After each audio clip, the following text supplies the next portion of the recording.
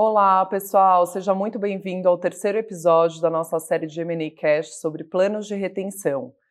Vamos falar hoje sobre Phantom Shares, as ações fantasmas. Essas ações, na verdade, elas não existem, né? São mecanismos jurídicos criados para espelhar uma ação da companhia. Então, a pessoa que recebe esse benefício, ela não está de fato recebendo uma ação. E sim, ela receberia o benefício financeiro como se ela tivesse recebido uma ação da companhia. Bom, Mário, me diz qual a natureza jurídica e tributária típica das Phantom Shares no Brasil? Então vamos lá. Como a gente viu no outro episódio, nós falamos sobre um plano de ações, né, que se assemelha às opções no mercado de bolsa, né? E você já começou a explicar muito bem. A grande diferença é que você só tem o lastro de ações, mas a remuneração é todo pago em espécie, né? Então, embora a gente não tenha um tratamento específico na legislação tributária, que muitas vezes tem, né? Você acaba caindo na regra geral de tributação de rendimento sujeito ao imposto de renda na tabela progressiva, né? Então, porque você não tem mais aquela natureza de ter as ações para vender e produzir eventualmente um ganho de capital.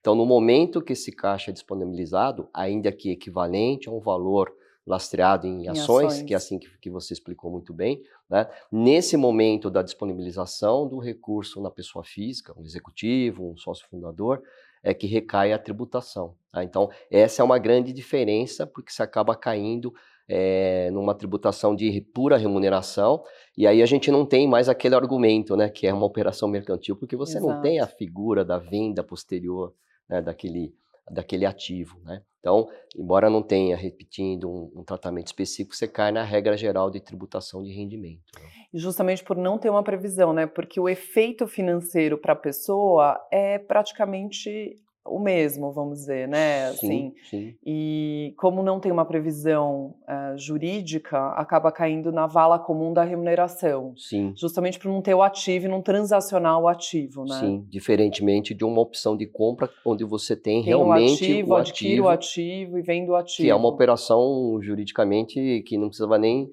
estar no meio tributário, né? O próprio Código Civil fala de operações mercantis, então é uma outra como outra qualquer que você pudesse ter, né? Nesse caso a gente não tem essa Não figura, tem. E né? aí é muito difícil escapar de qualquer Muito discussão de difícil. remuneração, né, Não, nesse não tem caso. como, é muito Eu difícil. acho que as phantoms, elas são muito utilizadas quando a gente quer dar incentivos para os executivos ou para as pessoas que vão se beneficiar dela, mas não quer dar a titularidade das ações, né? Não quer Sim, que elas se tornem acionistas da companhia, né? E sim, aí tem esse benefício, obviamente, contratual e negocial, mas traz um ônus tributário bem pesado aí para as partes, porque como você falou no episódio de SOP, né, dos Stock Options, também tem encargos para a companhia, né? sim. Quando eu estou falando de remuneração, não é só a pessoa física que está recebendo a Phantom que vai sofrer uma alíquota maior de imposto, mas a própria pessoa jurídica Sim, né, que está dando essas ações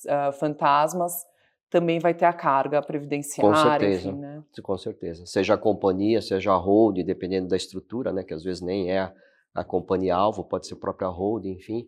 Quem estiver fazendo o papel da fonte pagadora vai ter esses encargos também, como remuneração, que é a previdência, no mínimo 20%, que não é pouco, né? Entendeu? Exatamente.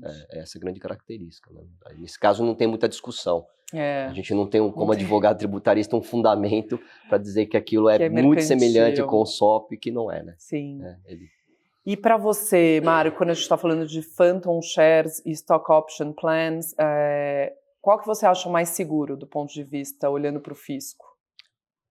Assim, no caso das Phantom Shares não tem muita discussão, então com certeza a estrutura, quando tem esse desenho, já não há nenhum tipo de Dúvidas dúvida, sobre o pagamento do imposto. nem numa due diligence, nem numa auditoria contábil, e Uhum. nem em relação às autoridades fiscais, né?